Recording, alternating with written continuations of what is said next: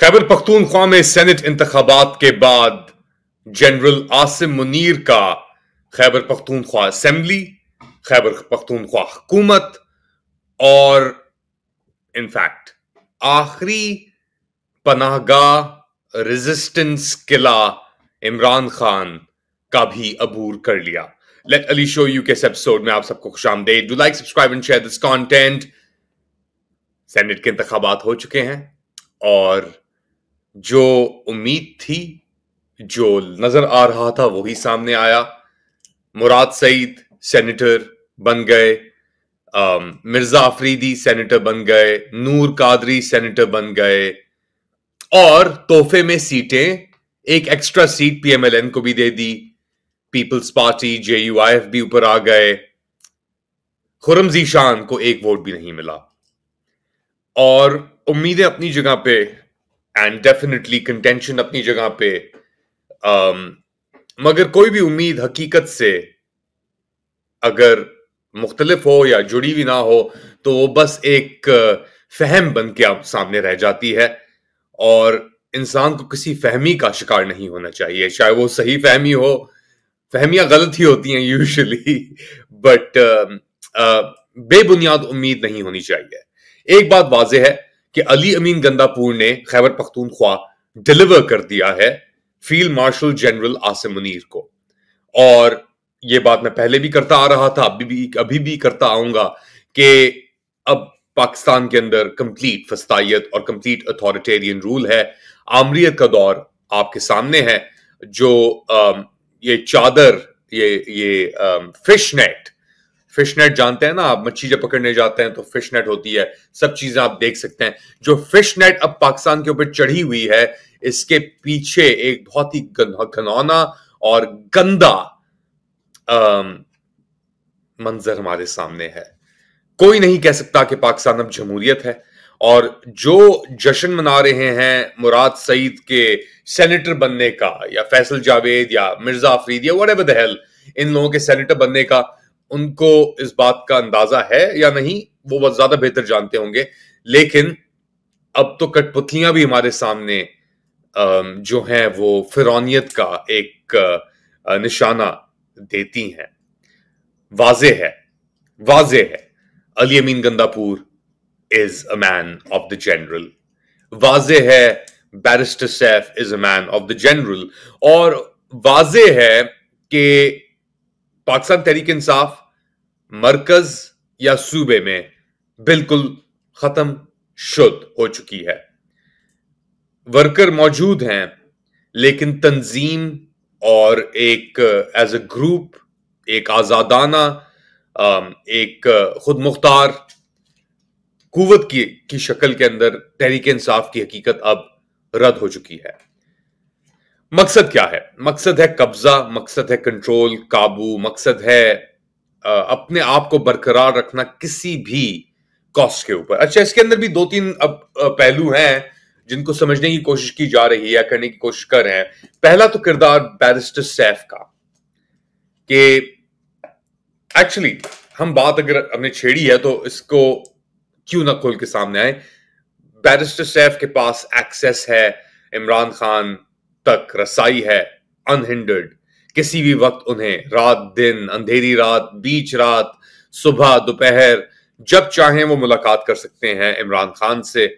और मुलाकात अब उनको जो क्योंकि मेंटेन की जा रही है, चाहते हैं कंट्रोल और एक्सेस टू इंफॉर्मेशन और एक्सेस टू इंडिविजुअल मेंटेन की जाए, तो ये अपने ही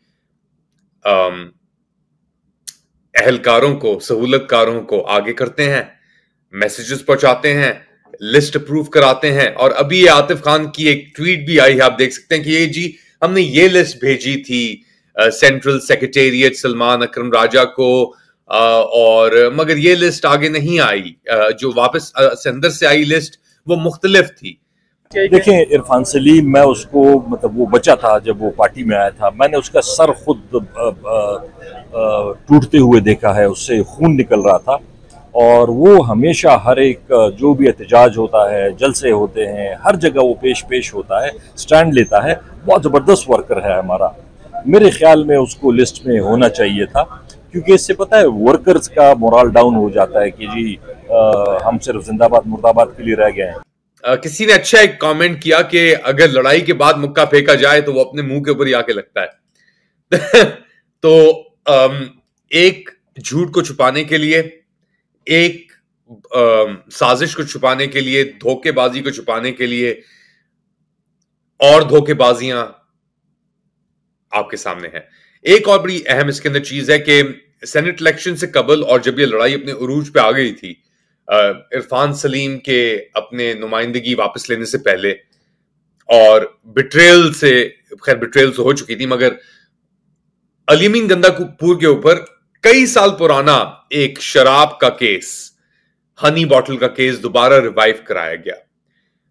वो अब उसके ऊपर भी दो पहलू थे कि जी ये एक धमकी थी कि अगर तुमने अभी नहीं किया तो हमारे पास तुम्हारे और भी राज हैं। ये तो एक खुला राज है, और कितने छुपे राज हैं, क्या क्या वीडियोस मौजूद हैं, किन किन के साथ ज्यादतियों की अलेजिडली वीडियोस मौजूद हैं, वो तो आपके अहलकार ही ज्यादा बेहतर जानते होंगे। लेकिन एक बात वाज़ेह है, Ali Amin Gandapur is done, these people are done, barrister Saif is done, Pakistan Tehreek Insaf is done. जो हकीकत है कि अगर खुर्रम ज़ीशान को, और ये अक्सरियत है इनकी खैबर पख्तूनख्वा असेंबली के अंदर, by the way I think about 75-80% अक्सरियत थी, और जो रिजर्व सीट्स दी गई वो 54 या 56 या 46 ऐसे करके कुछ 46-54 के ऊपर दी गई। 54% सीट्स आई इनके पास, पाकिस्तान तहरीक इंसाफ के पास, और बाकी सीट्स गई ये जो टोला है फॉर्म 47 का लास्टिक वाला उसके पास। मगर अब फॉर्म 47 के टोले में और फॉर्म 45 के टोले में ज्यादा फर्क नहीं है, दोनों ही के ऊपर ही अब लास्टिक्स पहना दी गई हैं। फॉर्म 47 को फाड़ के, जो फॉर्म 47 थे बचे हुए, वो फाड़ चाड़ के अब अपना आगे बढ़ चुके हैं। कोई हकीकत नहीं है। तैमूर झगड़ा की भी ट्वीट आई। तैमूर झगड़ा ने कहा कि जी 3 साल से हम 2 साल से इंतजार कर रहे हैं आरोस का कि वो बताएं हमें क्या हुआ क्या नहीं हुआ। Whatever it is, it doesn't really matter Taimur, this jig is up. और actually it's indictment on reserve seats का जो फॉर्मूला था कि जी क्योंकि रिजर्व सीट्स हमने देखा अब आके इज अ टूल इक्तदार में रहने का, उन कुव्वतों का जो डेमोक्रेसी में, डायरेक्ट डेमोक्रेसी में कभी उन्होंने यकीन किया है, मगर अब तो वो अथॉरिटेरियनिज्म की तरफ आके खड़ी हो गई है। ये तो है पाकिस्तान तहरीक इंसाफ और उसकी क़यादत के ऊपर तनकीद, बची हुई क़यादत के ऊपर तनकीद। असली क़यादत तो अंदर है। उमर अयूब का कोई स्टेटमेंट नहीं आया इसके ऊपर। गौहर खान का कोई स्टेटमेंट आ भी जाता तो क्या फर्क पड़ता। सलमान अकरम राजा की तारीफें हो रही हैं कि जी उन्होंने बड़ी हमारी हिमायत की, खड़े रहे। आरिफ अलवी मीटिंग से उठ के चले गए, वो तो वैसे ही पाकिस्तान के अंदर नहीं है, उनके अकाउंट्स भी बंद हुए हैं आरिफ अलवी के, बाय द वे। उनके पूरे बिजनेस जो अपना डेंटिस्ट्री है उसके ऊपर भी एक आध अकाउंट मेरे ख्याल से खोला है उन्होंने, उसके ऊपर भी लिमिट है, कोई 10 लाख रुपए तक आप निकाल सकते हैं, कर सकते हैं। तो आप बिजनेस इमेजिन कर लें कि तनख्वाहें देनी है नहीं देनी। तो आरिफ अलवी तो वैसे ही आउट है, सही है, वो पाकिस्तान से ही बाहर है अभी फिलहाल, वो वापस भी नहीं आ सकता। वापस आएगा तो उसको पकड़ लेंगे ये लोग, जेल में डाल देंगे उसे। So what next? ये कहानी आगे कैसे बढ़ेगी? बढ़ेगी की भी कि नहीं बढ़ेगी? Quit politics, quit assemblies. Politics सही है, क्विट ना करें आप, सियासत आपकी चलती रहेगी। और आपको एक ट्रॉमा है कि जी हमने पंजाब असेंबली क्विट की थी, नेशनल असेंबली हमने क्विट की थी, उसके बाद हमारा क्या हाल हुआ, या नेशनल असेंबली हमने क्विट की थी, उसके बाद हमारा क्या हुआ, हाल हुआ। इलेक्शन ही नहीं होके दिए केपी के अंदर और पंजाब के अंदर 90 दिन तक। अली अमीन गंदापुर को हमने सेवियर बना के आगे किया, क्या हुआ उसका? कितने बंदे अली अमीन गंदापुर ने मरवाए इस्लामाबाद मैसेकर के अंदर। मरवाए, मारे किसने वो भी हम जानते हैं, मरवाए किसने वो भी हम जानते हैं। और मुराद सईद का भी अब स्टेटमेंट आ गया एक बहुत लंबा चौड़ा, वो जो हस्बे मामूल हर 2 माह बाद वो भेजते हैं, वो भी नजर गायब के अंदर है बीबी, वो पता नहीं किधर हैं, क्या हो रहा है उनके साथ। तो इस सब के बाद, इन सब हकाइक के बाद क्या रद्द अमल होना चाहिए पाकिस्तान तहरीक इंसाफ का, उन कुव्वतों का जो जमहूरियत के लिए लड़ रही हैं, जो आजादी के लिए लड़ रही हैं? आमरियत अब उरूज पे है, हर कोई बिक चुका है, हर कोई तो नहीं बिका, मगर जो इक्तदार के अंदर हैं वो तो डेफिनेटली बिक चुके हैं। एक साइड नोट इसके ऊपर, अमीर मुकाम को मैं तकरीबन 2002 से फॉलो कर रहा हूं और ये बड़े एक नोटोरियस कैरेक्टर हैं। इनके ऊपर बड़ी करप्शन एलिगेशंस भी रही और ये एक सेटअप है, फिक्सचर हैं ये खैबर पख्तूनख्वा और स्पेशली पेशावर के अंदर जो आमरीत के फोर्सेस हैं उनकी। 2002 के अंदर ये MMA करके एक कुव्वत थी जिसके अंदर JUIF भी, उनके बारे में भी क्या कहें JUIF के बारे में, जितना कहें कम उतना बेहतर है। फजलुर रहमान के बारे में फॉर एग्जाम्पल, ये सब ताकत, पैसे, इक्तदार के अंधे हैं, भूखे हैं। एंड द फैक्ट कि अली अमीन गंदापुर ने पहले तो कहता था कि मैं जो इलीगल इंक्रोचमेंट्स की हुई हैं अमीर मुकाम ने उन्हें गिराऊंगा, आज उसी के बेटे को सेनेटर बना बैठा। और ये तस्वीर भी अब अपना ये फ्लोट करी थी कि वहां पे खड़ा हुआ अली अमीन गंदापुर अपनी जुल्फों के साथ अमीर मुकाम के बेटे के साथ। दूध का दूध, पानी का पानी।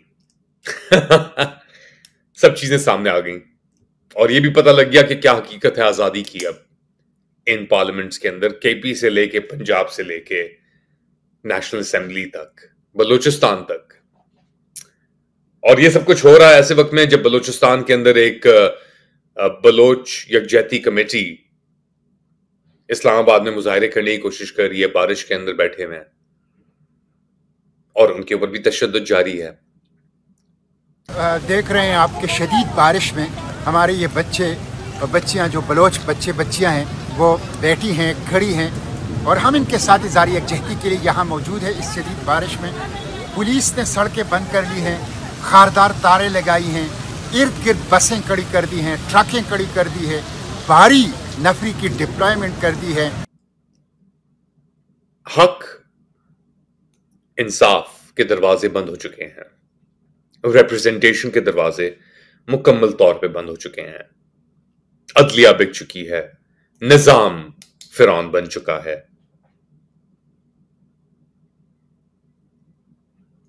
तो क्या रद्द अमल होना चाहिए इसके बाद, बताएं मुझे कमेंट सेक्शन में। पाकिस्तान के लिए दुआ करें, अपना ख्याल रखें, इस कंटेंट को लाइक और सब्सक्राइब करें, शेयर करें अगर हो सके। इंशाल्लाह उम्मीद है कि चीजें बेहतर होंगी, लेकिन हकीकतन फिलहाल ऐसा लग नहीं रहा।